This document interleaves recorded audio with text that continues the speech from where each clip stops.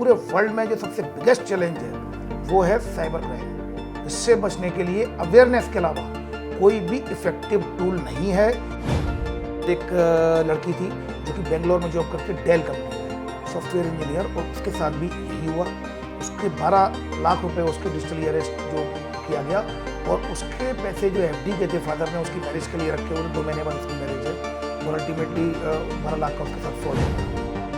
Educated होना और aware होना ऑल टुगेदर डिफरेंट थिंग।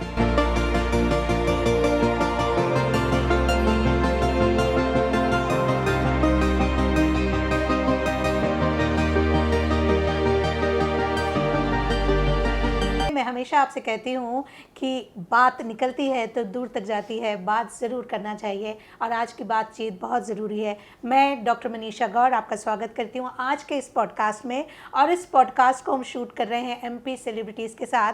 तो इससे पहले कि बहुत सारी काम की बातें हों, टॉक विद मनीषा को सब्सक्राइब कर लीजिए, और इसके साथ ही मध्य प्रदेश सेलिब्रिटीज़ के पेज को भी सब्सक्राइब कर लीजिएगा।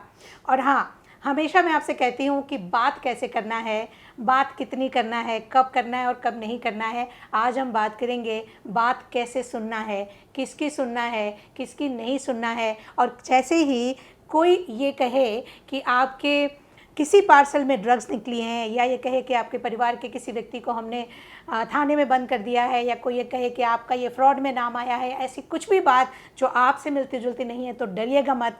क्या करना है, और ये सब आपके बीच आज बताएंगे जो बहुत सारे ऐसे केसेस पे काम कर चुके हैं, एडिशनल डीसीपी राजेश दंडोतिया जी। और राजेश भाई ऐसे बहुत सारे केसेस काम कर चुके हैं, बहुत सारे ऐसे विक्टिम्स से मिल चुके हैं, इनके पास बहुत सारी ऐसी स्टोरीज़ हैं, और चाहते हैं कि लाखों लोगों तक ये बात पहुंचाई जा सके, ताकि आज के बाद आप या आपके परिवार का कोई भी इस तरह से किसी के झांसे में ना आए। तो सबसे पहले मैं आपसे जानना चाहूँगी राजेश भाई कि इतने सारे केसेस होते हैं, फिर भी लोग कैसे इनके झांसे में आ जाते हैं? कैसे पता करें ये लोग कि कोई बेवकूफ़ बनाने वाला है? क्या साइन होते हैं, कैसे वर्ड्स का इस्तेमाल होता है?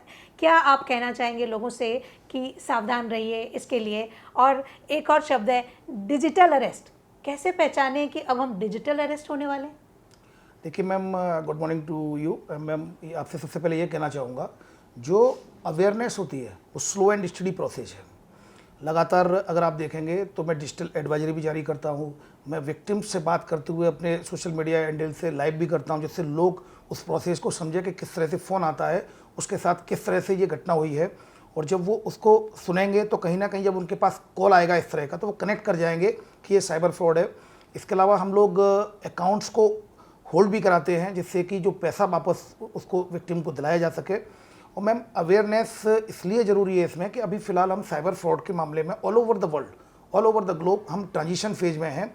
अभी तक कोई सिस्टम इवॉल्व नहीं हो पाया है, स्पेसिफिक मैकेनिज्म इवॉल्व नहीं हो पाई है, अभी इवॉल्विंग स्टेज पर है। चाहे वो आप यूके देखें, चाहे यूएस देखें, चाहे चाइना देखें, या फिर इंडिया देखें, जहाँ पर सबसे ज़्यादा क्राइम साइबर फ्रॉड की रिपोर्ट्स आती हैं। सभी लोग अभी ट्रांजिशन फेज में हैं, और अभी स्पेसिफिक मैकेनिज्म डेवलप नहीं हो पाई है। तब ऐसी स्थिति में, चूँकि मोबाइल सभी लोगों के पास है, और आप हर व्यक्ति को प्रोटेक्ट नहीं कर सकते, लेकिन हर व्यक्ति को आप अवेयर कर सकते हैं। आप सभी को अवेयर करेंगे तो निश्चित रूप से जो मोबाइल जो हैंडलर है, जो मोबाइल चलाते हैं, वो साइबर फ्रॉड से अपना बचाव कर पाएंगे। अगर आप देखेंगे ऑल ओवर द वर्ल्ड में एवरी 37 सेकेंड में एक साइबर फ्रॉड हो रहा है, एक ट्रैप हो रहा है। तो कहीं ना कहीं इसकी जो फ्रिक्वेंसी तेज़ी से बढ़ रही है, और मैं आपको कहना चाहूँगा ये साइबर फ्रॉड और तेज़ी से बढ़ेंगे। एनसीआरपी जो कि एक रिपोर्टिंग पोर्टल है अपना, एनसीआरपी की रिपोर्ट के हिसाब से पर डे 7000 कंप्लेंट्स आ रही हैं ऑल ओवर इंडिया में, और ये वो कंप्लेंट है जो रिपोर्टेड कंप्लेंट है। मैं फिर कहना चाहूँगा, मेरे यहाँ पर भी जो साइबर क्राइम में क्राइम ब्रांच का जो सेक्शन है साइबर क्राइम, उसमें पर डे 35 to 40 कंप्लेंट्स आ रही हैं। But I am talking about the reporting complaints. कुछ ऐसी कंप्लेंट्स हैं, मैं जब साइबर क्राइम के अवेयरनेस के सेशन लेने जाता हूँ, जहाँ पे स्टूडेंट्स भी होते हैं, कई एसोसिएशंस भी होती हैं, कई बुजुर्ग भी होते हैं, जब उनसे पूछता हूँ कि आपके साथ फ्रॉड हुआ है, तो बोलते हैं कि यहाँ से फ्रॉड हुआ है, किसी के साथ 5000 का, किसी के साथ 10,000 का। जब मैं उनसे पूछता हूँ कि आपने रिपोर्ट किया, तो उन्होंने बोला नहीं। तो मैं उन केसेस की बात कर रहा हूँ, जो आंकड़े दे रहा हूँ वो रिपोर्टेड कंप्लेंट्स हैं। ऐसी अनऑफिशियल जो रिपोर्टेड नहीं है वो कंप्लेंट्स की तो मैं बात ही नहीं कर रहा हूँ, उसका तो डाटा पता नहीं कितना होगा मैम। तो निश्चित रूप से ये अलार्मिंग साइन है, और पूरे वर्ल्ड में जो सबसे बिगेस्ट चैलेंज है वो है साइबर क्राइम। इससे बचने के लिए अवेयरनेस के अलावा कोई भी इफ़ेक्टिव टूल नहीं है। Print media, electronic media, social media influencers, ये इन लोगों की ये बहुत बड़ी जिम्मेदारी है कि लोगों तक इस बात को पहुंचाएं कि आप साइबर फ्रॉड का शिकार हो सकते हैं। कई कंप्लेंट्स मेरे पास 2-2 करोड़ की भी आती हैं। कई कंप्लेंट्स मेरे पास बेचारे अपनी जो रिटायरमेंट का जो पैसा होता है वो पैसे का फ्रॉड का शिकार हो जाते हैं और उनकी आगे का जीवन कठिन हो जाता है। कई कंप्लेंट्स लड़कियों की मेरे पास आती हैं कि उनके पिताजी ने एफडी कराई थी उसकी शादी के लिए, 2 महीने बाद शादी और डिजिटली अरेस्ट में 12 लाख रुपए उसके साथ जा चुके हैं। कई जगह ऐसे स्टूडेंट्स आते हैं उनके साथ 20,000 के फ्रॉड हो गए हैं, 20,000 के। Money is not important. कभी भी कोई मनी बड़ा अमाउंट हमेशा in respect to the person होता है। किसी के लिए 20 लाख भी इंपॉर्टेंट नहीं हो सकता, बड़ा नहीं हो सकता अमाउंट, और किसी के लिए 20,000 भी बड़ा हो सकता है। तो ये डिपेंड करता है कि किसके साथ फ्रॉड हुआ है। तो अमाउंट का तो हमें बात ही नहीं करनी चाहिए, क्योंकि हम सोचते हैं कि 5,000 का फ्रॉड बढ़ो। 5,000 उस स्टूडेंट के साथ हुआ है जिसकी मंथ में जो यहाँ स्टडी कर रहा है, हॉस्टल में रह रहा है, और वो 5,000 रुपये उसके निकल गए तो उसका पूरा महीने का डिस्टर्ब हो जाएगा। तो निश्चित रूप से इसमें जिस तरह का आप काम कर रही हैं, निश्चित रूप से ये बड़ा मतलब मुझे तो बिल्कुल ये खुशी हो रही है। और निश्चित रूप से सभी जितने भी लोग हैं जो सोशल मीडिया इन्फ्लुएंसर हैं, हम समाज में कहीं ना कहीं अपना ये कंट्रीब्यूशन देते हैं। इनकी सभी का ये दायित्व है कि अगर वो सोशल मीडिया इन्फ्लुएंसर हैं, लोग उनको फॉलो करते हैं, लोग उनको देखते हैं, लोग उनको सुनते हैं, तो उनकी ये इम्पोर्टेंट रेस्पॉन्सिबिलिटी है सोसाइटी के प्रति कि अपना कंट्रीब्यूशन साइबर क्राइम अवेयरनेस को स्प्रेड करने के लिए भी दें। एक ये बात भी यहाँ कहना चाहेंगे कि सर ने कहा कि सोशल मीडिया इन्फ्लुएंसर्स और हमारी सबकी जिम्मेदारी है कि हम ये बात लोगों तक पहुँचाएं, लेकिन आप जो देख रहे हैं आपकी क्या जिम्मेदारी है? आप दिन भर मोबाइल पर रहते हैं, इंस्टाग्राम पे रील्स देखते हैं, न जाने कितने वीडियो देखते हैं, पता नहीं किस किस स्टार के बेवजह के किस्से पढ़ते सुनते हैं। आप न्यूज़पेपर पढ़ते हैं क्या? आजकल न्यूज़पेपर सारे डिजिटली अवेलेबल हैं। आप काम की चीज़ें पढ़ते हैं क्या? यदि आप व्हाट्सएप पे हैं, यदि आप इंटरनेट पे हैं, तो काम की चीज़ें पढ़िए जो आपके लिए बहुत ज़रूरी है। आप नहीं पढ़ते। आज ही आने के बाद भाई साहब ने हमें एक केस बताया जिसमें एक सीनियर रिटायर्ड बैंक ऑफिसर के साथ ही डिजिटल अरेस्ट का वाक़या हो गया। सर ने जब उनसे पूछा कि आप पेपर पढ़ते हैं क्या, तो उन्होंने कहा नहीं पढ़ता। ये खबरें हर 15 दिन में, हर 8 दिन में पेपरों में छप रही हैं। डिजिटली जो भी न्यूज़पेपर अवेलेबल है उसमें अवेलेबल है। आप अवेयरनेस की जिम्मेदारी आपकी भी है। ये सच है कि हम बहुत जल्दी कह देते हैं कि प्रशासन ने ऐसा नहीं किया या पुलिस ने ऐसा नहीं किया। हम अगर ये ध्यान रखेंगे कि हमारी क्या जिम्मेदारी है, हमें क्या करना है, तो हम इन सब चीज़ों से बच पाएंगे। ये जो पॉडकास्ट है, सर ने इतनी सारी बातें बताई। मेरा निवेदन है कि आपके परिवार में आपके दादा दादी, आपके पापा मम्मी, आपके जो भी मित्र हैं जो छोटे छोटी जगहों पर रहते हैं, जो इतना ज़्यादा अवेयर नहीं है, उन तक ज़रूर भिजवाइए ताकि उनको पता चले कि ऐसा भी होता है। एक और चीज़ मैं क्लियर करना चाहूँगी, डिजिटल अरेस्ट एक्चुअली होता क्या है, उसमें कैसे लोग फंसते हैं और कैसे लोग 40 लाख, 50 लाख, 2 करोड़ रुपए 2 दिन के अंदर दे देते हैं। लोगों को भी समझना चाहिए कि 2 दिन तक कोई डिजिटल अरेस्ट कैसे हो सकता है। उस बीच में क्या उनको इतना सा मौका नहीं मिलता, या उनका मनोवैज्ञानिक रूप से कोई उनके ऊपर एक ऐसा हाइप हो जाता है, या वो डर जाते हैं? क्या ऐसा होता है और कैसे लोग बचे? क्या दिमाग में आना चाहिए कि शक हो उनको और वो कुछ और दूसरे फ़ोन कर पाएँ या कुछ क्या करें वो? देखिए मैम, सबसे पहले व्हाट इज डिजिटल अरेस्ट। जी। अगर आप देखेंगे, एक अरेस्टिंग होती है जो फिजिकल अरेस्ट होता है, किसी व्यक्ति को हिरासत में लेते हैं, उसको अरेस्ट किया जाता है, दैट इज फिजिकल अरेस्ट। व्यक्ति फिजिकली आपके पास उपलब्ध है। डिजिटल अरेस्ट ये होता है कि आप फिजिकली आपके पास कोई व्यक्ति उपलब्ध नहीं है, लेकिन फ्रॉडस्टर आपको ऑनलाइन डिजिटल माध्यम से आपको बंधक बनाए हुए हैं कि आप कमरे से बाहर नहीं निकलेंगे, आप खिड़की बंद कर लीजिए, आप जब तक इन्वेस्टिगेशन चल रही है तब तक आप बाहर नहीं निकलेंगे, आप ऑनलाइन रहेंगे। यस, ऑनलाइन अरेस्ट करना ही डिजिटल अरेस्ट है, डिजिटली अरेस्ट करना उनको। अब मैं आपको कुछ इंसिडेंसेज बताता हूँ। फर्स्ट इंसिडेंट हुआ था डॉक्टर दंपत्ति के साथ, और उनका लगभग 8.5 लाख रुपए का साइबर फ्रॉड, ये डिजिटल अरेस्ट हुआ था। दोनों ही पति पत्नी दोनों डॉक्टर थे। उनके पास कॉल आया, ऑटोमेटेड कॉल, कि हम फेडेक्स इंटरनेशनल कुरियर सर्विस से बोल रहे हैं, और आपका जो पार्सल था जो कि थाईलैंड जाना था, वो ऑटोमेटेड कॉल था। आपका जो पार्सल जाना था उसमें इलीगल ड्रग MDMA निकला है। और फिर अब हम आपको जोड़ रहे हैं कस्टम के ऑफिसर से, फिर कस्टम के ऑफिसर से एयरपोर्ट पर जोड़ते हैं, फिर एयरपोर्ट के ऑफिसर बोलते हैं हम आपको क्राइम ब्रांच से जोड़ते हैं, क्राइम ब्रांच बोलते हैं कि हम CBI से जोड़ते हैं, फिर बोलते हैं कि आपको यहाँ इन्वेस्टिगेशन के लिए आना होगा। ये सारी planning cyber fraudster they are totally professional and organize criminals. तो वो लोग फिर उनसे बात करते हैं और उसके बाद फिर बोलते हैं आपको इन्वेस्टिगेशन में तत्काल मुंबई आना होगा। तो चूंकि ऐसी स्थिति में वो लोग मना कर देते हैं कि सर हम अभी नहीं आ सकते, तो वो बोलते हैं ठीक है आप स्काइप वीडियो कॉल के माध्यम से हमसे जुड़ जाइए, और फिर स्काइप वीडियो कॉल पर लेके आते हैं, जहाँ पर यूनिफॉर्म पहने हुए एक व्यक्ति होता है, सीनियर ऑफिसर प्रिटेंड करता है, और उसके बाद बोलता है कि आप गेट बंद कर दीजिए, खिड़की बंद कर दीजिए, आप कोई कॉल नहीं करेंगे, आप सिर्फ हम और लगातार जुड़े रहेंगे, फ़ोन नहीं काटेंगे, और आप हमारी इन्वेस्टिगेशन में मदद करेंगे। फिर इन्वेस्टिगेशन के माध्यम से आपका जो डॉक्यूमेंट्स हैं, आपका जो आधार कार्ड है, उसका ह्यूमन ट्रैफिकिंग में इस्तेमाल हुआ है, आपके जो बैंक अकाउंट है उसमें इलीगल मनी लॉन्ड्रिंग का पैसा आया है, तो आपके अकाउंट्स की भी जांच करनी पड़ेगी, आपके कितने अकाउंट्स हैं। आप आरबीआई की ये गाइडलाइन है कि सर्विलेंस टीम है उनकी, आपका अकाउंट्स, ये पैसा इस अकाउंट में ट्रांसफ़र करिए, हम वेरीफाई करेंगे उसको कि ये इलीगल है या नहीं, उसके बाद हम इसको वापस करेंगे, और उनको ट्रैप किया जाता है, और पूरा पैसा एक डॉक्टर दंपत्ति से 8.5 लाख रुपए अपने अकाउंट में ट्रांसफ़र कर लिया जाता है। और आप मान के चलिए ये संडे को 12 बजे से डिजिटली अरेस्ट किया गया था, संडे पूरा दिन, संडे नाइट, मंडे पूरा डे, मंडे नाइट, ट्यूसडे शाम को 5 बजे उनको फ्री किया गया। उनके साथ लगभग 53 घंटे का डिजिटल अरेस्ट हुआ था। और वो ये मानते हैं कि ये लीगल पुलिसिंग सर्विसेज Yes. जो ये कर रही हैं, इसलिए वो और कुछ नहीं सोचते। Because lack of awareness. और मैं आपको ये बताना चाहूँगी, यदि आप ये समझते हैं कि कोई पुलिस सर्विस है या सीबीआई है या ईडी है जो आपके ऊपर इस तरह की बात कर रहे हैं, वो कभी भी आपसे किसी भी तरह का पैसा नहीं मांगते हैं। कोई भी सरकारी अफसर आपसे किसी भी तरह का पैसा नहीं मांगेंगे। यदि कोई भी आपसे पैसा मांग रहा है तो समझ लीजिए कि वहाँ कुछ गड़बड़ है और उसे तुरंत मना कर दीजिए। यदि हम यही ध्यान रख लें तो बहुत हो जाता है। बिल्कुल मैम, और ये सेकंड केस भी आया था, उसमें भी एक डॉक्टर है जो एमजी जो अपना जो महात्मा गांधी मेडिकल कॉलेज है इंदौर का, उसमें पीजी का स्टूडेंट है, उसके साथ 24 घंटे का डिजिटल अरेस्ट हुआ था और 3 लाख रुपए उसके अकाउंट से चले गए। सेम पैटर्न था। फिर उसके बाद एक लड़की थी जो कि बेंगलोर में जॉब करती है, डेल कंपनी में सॉफ्टवेयर इंजीनियर, और उसके साथ भी यही हुआ। उसके 12 लाख रुपए उसके डिजिटली अरेस्ट जो किया गया, और उसके पैसे जो एफडी गए थे फादर ने उसकी मैरिज के लिए रखे हुए थे, 2 महीने बाद उसकी मैरिज है, और अल्टीमेटली 12 लाख का उसके साथ फ्रॉड हो गया। फिर उसके बाद अभी जैसा कि मैंने आपको बताया कि अभी एक केस आया जो बैंक के रिटायर्ड ऑफिसर है, उनके साथ 40 लाख का डिजिटल अरेस्ट हुआ है। अगर आप देखेंगे तो ये सभी लोग हाईली एजुकेटेड हैं, मतलब ये बहुत एजुकेटेड लोग हैं। और कहीं ना कहीं अगर हम ये मान के चलें कि अगर एजुकेशन ही सब कुछ है, और एजुकेशन अगर हम एजुकेटेड है तो हम इसका शिकार नहीं होंगे, गलत बात है। क्योंकि एजुकेटेड होना और अवेयर होना ऑल टुगेदर डिफरेंट थिंग है।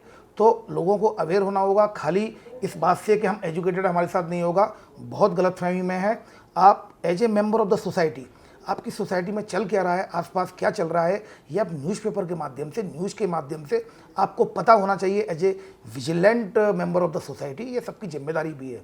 तो ये जो मैंने डिजिटल अरेस्ट के आपको केसेज बताए, इससे बचने के लिए जैसा कि आपने बताया, बिल्कुल ठीक बात है, कोई भी एजेंसी आपसे पैसा नहीं मांगेगी। नंबर 2, आपको पता ही नहीं है और सीधे आपका कोई पार्सल आ गया है, सबसे पहले आप पार्सल को वेरीफाई करें। नंबर 3, आपके पास ऐसा कोई कॉल आता है, आप उनसे बोलिए सॉरी सर आजकल फ्रॉड बहुत हो रहे हैं, सर आप अपनी आईडी दीजिए, सर मैं लोकल थाने में, मैं कंट्रोल रूम से मैं इस आईडी को सर वेरीफाइड कराती हूँ सर, वेरीफाइड कराता हूँ सर, और मैं उसके बाद आपसे इन्वेस्टिगेशन में जुड़ जाऊँगा। 3rd point.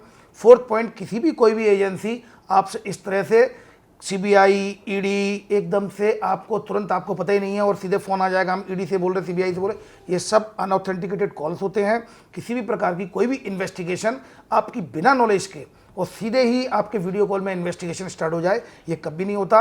ये आपको बाकायदा प्रायर नोटिस दिया जाता है, नोटिस के बाद आपको टाइम पीरियड दिया जाता है, आपके डॉक्यूमेंट्स, और आपको पता होता है कि आपके साथ क्या हुआ है। आपके लीगल राइट्स यस, हैं। लीगल राइट्स हैं, तो वो हमको समझना होगा। और सबसे बड़ी बात यह है कि डिजिटल अरेस्ट है क्या या फ्रॉड क्या है। Use of your psychology, yes, use of your lack of awareness, आपकी अज्ञानता का आप जागरूक नहीं है, आपके उसका लाभ उठाते हैं ये लोग। और आप ये जो लोग इसको देखेंगे, जब उनको ये पता चलेगा कि इस तरह का कॉल आता है, फिर जब उनके पास इस तरह का कोई भी कॉल आएगा, वो तुरंत रिकॉल कर लेंगे कि हमने उस पॉडकास्ट में ये सुना था कि इस तरह के कॉल आते हैं और ये फ्रॉड है। इसलिए बहुत ज़रूरी है कि हम सोशल मीडिया में इतना टाइम स्पेंड करते हैं, सब जरूरी, मैं नहीं मानता जरूरी चीज़ें ही देखते होंगे, पर कुछ और भी आवश्यक काम है जो हमें देखना चाहिए। What are the latest trend in cyber crime, क्योंकि ये मोबाइल सबके हाथ में है। घर में हमारे रिटायर्ड मदर फादर हो सकते हैं, हमारे बुजुर्ग हैं जो घर में हाउस वाइफ्स होती हैं, वो सबसे ज़्यादा टाइम स्पेंड करती हैं, ऑनलाइन शॉपिंग करती हैं, तो उनके लिए बेहद ज़रूरी है कि किस तरह के ट्रेंड्स चल रहे हैं अभी साइबर क्राइम में। अगर वो ट्रेंड्स को समझेंगे तो इसको मिनिमाइज किया जा सकेगा। अभी हम जितना भी कोशिश कर रहे हैं अवेयरनेस फैलाने की, लेकिन ये स्लो एंड स्टडी प्रोसेस है। मुझे पूरा विश्वास है अगर सोसाइटी के जो इंपॉर्टेंट पर्सन है, जिनकी फॉलोइंग है, वो अगर मिलकर काम करेंगे तो मुझे पूरा यकीन है आने वाले समय में हम साइबर फ्रॉड से बेहतर ढंग से कम्बैट कर पाएंगे।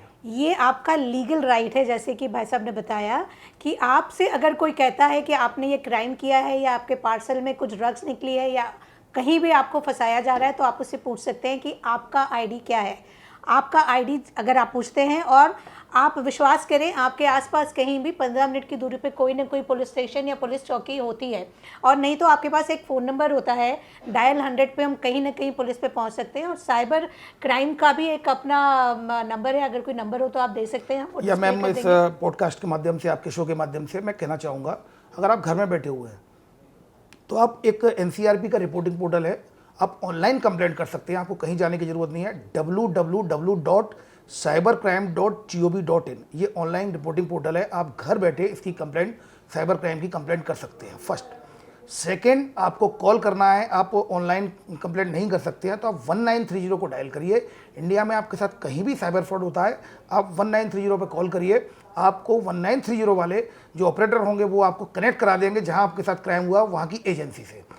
थर्ड, इंदौर में अगर आपके साथ साइबर क्राइम हुआ है तो हमारी क्राइम ब्रांच ने एक साइबर हेल्पलाइन नंबर जारी किया है 7049124445। I repeat 7049124445। ये तीनों नंबर इसलिए इंपॉर्टेंट है मैम, ये दो नंबर और एक ऑनलाइन रिपोर्टिंग पोर्टल जो मैंने बताया, कि जैसे ही आपके साथ फ्रॉड होता है तो आप तुरंत अगले 10 मिनट्स में आप कंप्लेंट करते हैं और अगले 20 to 25 मिनट्स में हम वो सारे अकाउंट्स को फ्रीज और होल्ड करा देते हैं जिसमें आपकी राशि फ्रॉडस्टर्स ने ट्रांसफ़र की है। तो उससे क्या होगा, जब वो होल्ड और फ्रीज हो जाएगी तो वो कोर्ट के माध्यम से वो पैसा आपको मिल जाता है। उसमें FIR की भी जरूरत नहीं है, कंप्लेंट खाली हम दिखाएंगे, कोर्ट एक दिन में आदेश कर देती है उसमें कि इसको वापस किया जाए और बैंक वाले वापस करते हैं। 2023 में क्राइम ब्रांच इंदौर ने विक्टिम्स का 4,32,00,000 रुपए वापस कराया था, और अभी 1 जनवरी से लेकर 30 जून तक 4,09,00,000 रुपए विक्टिम का हम वापस करा चुके हैं। इस साल हम रिकॉर्ड बनाएंगे, क्योंकि ऑलरेडी हम जो पिछले साल अचीव किया था 4,32,00,000 लगभग जून तक हम वो अचीव कर चुके हैं। पर ये डिपेंड रहेगा कि आप हमें मौका दें, आप अवेयर रहेंगे। आपने जैसे ही आपके साथ फ्रॉड हुआ आपको पता हो, अब टिप्स पर होना चाहिए। मुझे एक चीज़ बताएं, आप घर में सुबह जब उठते हैं सो के और आप आधी नींद में होते हैं, सुबह चाय बनाते हैं, सिलेंडर गैस की वो नॉब ऑन करते हैं और चाय बनाते हैं आधी नींद, और उसको बंद करते हैं, बाय डिफ़ॉल्ट आपके सिस्टम में आ चुका है। अदरवाइज अगर 30 मिनट तक आपने वो 15 से 20 मिनट तक अगर आप उसने खुला छोड़ दिया और फिर किया तो ब्लास्ट हो जाएगा, लेकिन आप में डिफ़ॉल्ट सेट हो चुका है। अब आपके दिमाग में नहीं रहता मुझे बंद करना है, वो अपने आप ही आप स्वचालित हो गया है।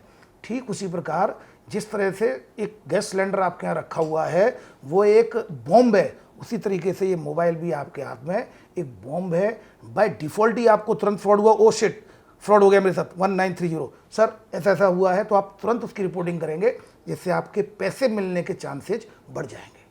यदि आपके पास ऐसी कोई इन्फॉर्मेशन है साथियों कि आपके मित्र ने, आपके परिवार के लोगों ने या रिश्तेदारों ने कभी बताया है कि उनके साथ इस तरह का कोई फ्रॉड हुआ है और वो ये मान के बैठे हैं कि अब कुछ नहीं हो सकता, वो पैसा चला गया है, तो आपके सामने एग्जाम्पल है। राजीव भाई साहब ने बताया कि कितना पिछले साल 4 करोड़ रुपया उन्होंने वापस करवाया है। तो आप कंप्लेन करिए, क्योंकि आप कंप्लेन नहीं करेंगे, घर बैठे रहेंगे तो ये समस्या का हल नहीं होगा। एक और, जब मैं इस पॉडकास्ट की तैयारी कर रही थी तो कुछ लोगों ने मुझे, जब मैंने अलग अलग लोगों से बात की, तो एक और तरीके का इसी तरह का क्राइम चल रहा है कि आपके लैपटॉप पे मैसेज आता है कि आपने कोई पोर्न साइट देखी है, इसीलिए आपका लैपटॉप ब्लॉक किया जा रहा है, इतने पैसे 24 घंटे के अंदर दीजिए, नहीं तो ये लैपटॉप हमेशा के लिए ब्लॉक कर दिया जाएगा, आपके ऊपर बहुत सारे चार्जेस लगाए जाएंगे। अब ऐसी स्थिति में क्या होता है कि लोग डर के मारे ये सोचते हैं कि भाई अगर पुलिस में भी जाऊंगा या कहीं जाऊंगा तो सोचेंगे शायद उन्होंने पोर्न देखा होगा, इसीलिए ऐसा हुआ है। तो ऐसी स्थिति में इमीडिएट कोई क्या करे, क्योंकि जब मैंने 2 हॉस्टल्स में इस बारे में बात की तो यंगस्टर्स ने ये बताया मुझे कि मैम ऐसा हमारे साथ हुआ है। सबसे पहले तो हमें इस बात से ऊपर उठना होगा, लोग क्या कहेंगे सिंड्रोम।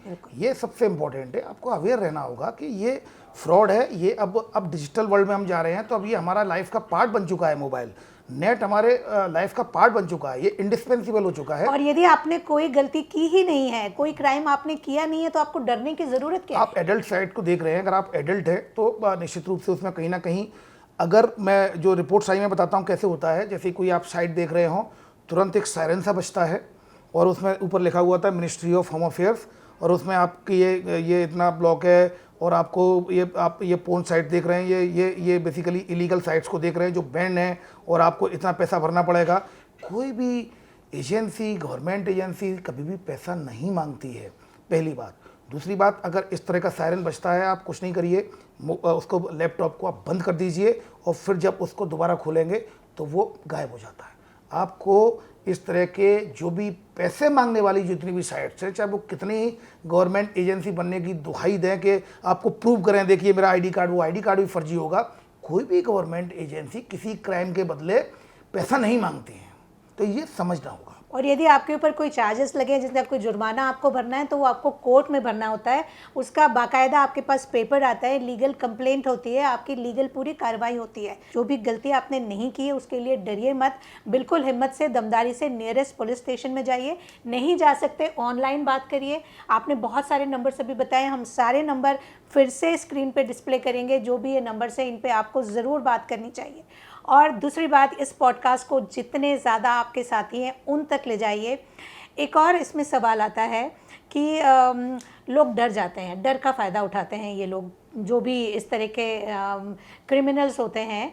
तो लोगों के मन से ये डर निकालने के लिए एक तो आपने नंबर दे दिए, दूसरे आप अलग अलग जाके अवेयरनेस प्रोग्राम करते हैं। तो मेरा आपसे ये भी निवेदन है, हम यहाँ पे सर का नंबर भी डालेंगे। यदि आप अपने ऑर्गेनाइजेशन में बुलाना चाहते हैं तो सर को ज़रूर मिलाएं, क्योंकि ऑर्गेनाइजेशन में अगर 50-100 लोग, 200 लोग हैं तो वहाँ तक ये खबर पहुँचती है। और आपको लगता है कि कोई बिहेवियर इश्यूज़ हैं, हैबिट इश्यूज़ हैं, दूसरे इश्यूज़ हैं, तो आप तौफीक मनीषा की किसी टॉक को अपने ऑर्गेनाइज कर सकते हैं। उसके लिए आप कांटेक्ट करिए। और हाँ, कभी भी यदि सर फ़ोन नहीं उठाते हैं या मेरे ऑर्गेनाइजेशन से कोई फ़ोन नहीं उठाता है तो गुस्सा मत हो जाइएगा। हमेशा फ़ोन उठाना संभव नहीं हो पाता है। मेल करिए, व्हाट्सएप करिए, मैसेज करिए। हम किसी भी अवेयरनेस प्रोग्राम को लेके आप तक ज़रूर पहुँचेंगे। मुझे लगता है कि बहुत सारे केसेस के बारे में हमने बात की। कोई ऐसा यूनिक सा केस जो आप लगा हो कि ऐसा भी होता है इसी साइबर क्राइम को लेके, जिसके बारे में आप बताना चाहेंगे? डिजिटल अरेस्ट ही अगर हम देखेंगे तो डिजिटल अरेस्ट भी एक बहुत यूनिक केस है। बिल्कुल। किसी तरह किस व्यक्ति को कैसे ट्रैप किया जाता है, और वो व्यक्ति एजुकेटेड होते हुए भी क्राइम ब्रांच और इन तरह के ट्रैप में आ जाता है। लीगल नोटिस दिखाए जाते हैं उसको, जिसकी कोई वैलिडिटी नहीं होती, बिना वेरीफाई किए हुए, और एजुकेटेड व्यक्ति भी इसमें ट्रैप हो जाता है। तो आप खुद ही सोचिए कितना यूनिक केसेज हैं। एक केस अभी कुछ दिनों पहले है, जो एक ही व्यक्ति ने अलग अलग रोल में आके एक व्यक्ति से बहुत सारा फ्रॉड कर लिया, फिर उसके बाद अलग अलग रोल करके और 4-5 तरीके से उन्होंने बहुत सारे पैसे ले लिए। तो ऐसा कैसे संभव है, कैसे नहीं पहचान पाते? देखिए मैम, जैसा कि मैंने बताया, fraud is nothing but use of psychology. Psychology का यूज करते हैं, आपकी जो वीकनेसेज हैं उनको वो आइडेंटिफाइड करते हैं, और आइडेंटिफाइड करने के बाद फिर आपकी जो सारी इन्फॉर्मेशन जो सोशल मीडिया पड़ी होती है उसको आपके खिलाफ यूज करने के लिए उसको कलेक्ट करते हैं। फिर उन्हीं इन्फॉर्मेशंस को आपको जब बताते हैं तो आपको ये विश्वास दिला देते हैं कि ये सही है। तो कहीं ना कहीं सोशल मीडिया पे भी हम जितनी पर्सनल इन्फॉर्मेशन मिनिमम शेयर करेंगे तो वो कहीं ना कहीं हम इस साइबर फ्रॉड से भी अपना बचाव कर सकते हैं। मान लीजिए कोई साइबर फ्रॉड होता है, लेकिन आजकल उसमें क्या होता है, वॉइस भी क्लोन हो जाती है, और क्या आपका वीडियो भी क्लोन हो सकता है? देखिए मैम, AI के जरिए ये संभव है। इस तरह के कुछ केसेज आए हैं जिसमें कि आपके बच्चे को ड्रग केस में पकड़ा गया है, इंपर्सोनेशन के केस आए हैं, पुलिस ऑफिसर बन के इस तरह के फ्रॉड करते हैं। तो उसमें क्या होता है, जैसे सोशल मीडिया में मैंने कोई वीडियो डाला तो मैंने बताया कि I am Rajesh Tandotiya, additional DCP crime branch Indore. अब मैंने अगर ये डाला तो कहीं ना कहीं आप ये मान के चलिए वो AI वॉइस मॉड्यूलेशन के तहत मैंने जो बोला है उसी से मैच करते हुए फिर जो कहलवाना हो वो एग्जैक्ट वही वॉइस को निकाल के, तो वॉइस क्लोनिंग हो जाएगी। इसलिए हम कम से कम रील डालें, कम से कम अपनी सोशल मीडिया पे कम से कम इंफॉर्मेशन शेयर करें। और क्या वीडियो क्लोन हो सकता है? नहीं मैम, अभी इस तरह की कोई घटना नहीं आई है कि वीडियो क्लोनिंग की, लेकिन जिस तरीके से एआई काम कर रहा है अभी फिलहाल वॉइस मॉड्यूलेशन के केसेज आए। सो आपकी वॉइस तो अभी तक क्लोन हो चुकी है, जिससे आपके परिवार के लोगों को आपकी आवाज़ में ये कहा, जो भी वो कहना चाहते हैं वो सुना देते हैं, या तो मारपीट करते हुए तो आप डर जाते हैं। वॉइस क्लोन की जा सकती है। यदि ऐसी स्थिति आती है तो अपने परिवार के मेंबर को तुरंत कॉल करिए और पता करिए कि स्थितियाँ सही हैं या नहीं। इसके अलावा आपके यदि कोई और सवाल है इस मुद्दे को लेके, आपके साथ इससे भी कुछ अलग तरीके का फ्रॉड हुआ है जिसे हम साइबर क्राइम की श्रेणी में रख सकते हैं, आप वो कमेंट बॉक्स में डालिएगा या हमें लिखिएगा।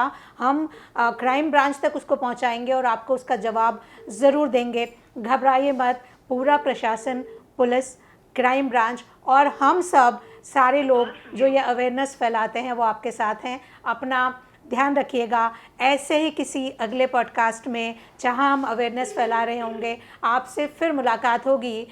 इसके पहले कि ये पॉडकास्ट बहुत सारे लोगों तक आप शेयर करें। यदि आप हमसे बात करना चाहते हैं, टॉक विद मनीषा को कांटेक्ट करिएगा। यदि आप सर को बुलाना चाहते हैं, इन नंबर पे कांटेक्ट करिएगा हमेशा और बात करते रहिएगा, क्योंकि बात निकलती है तो दूर तक जाती है। अगले किसी ऐसे ही वीडियो में आपसे फिर मुलाकात होगी। तब तक के जी लिए सर। अपना ख्याल रखिएगा। सर, फोन था सर आपका सर? जय भारत।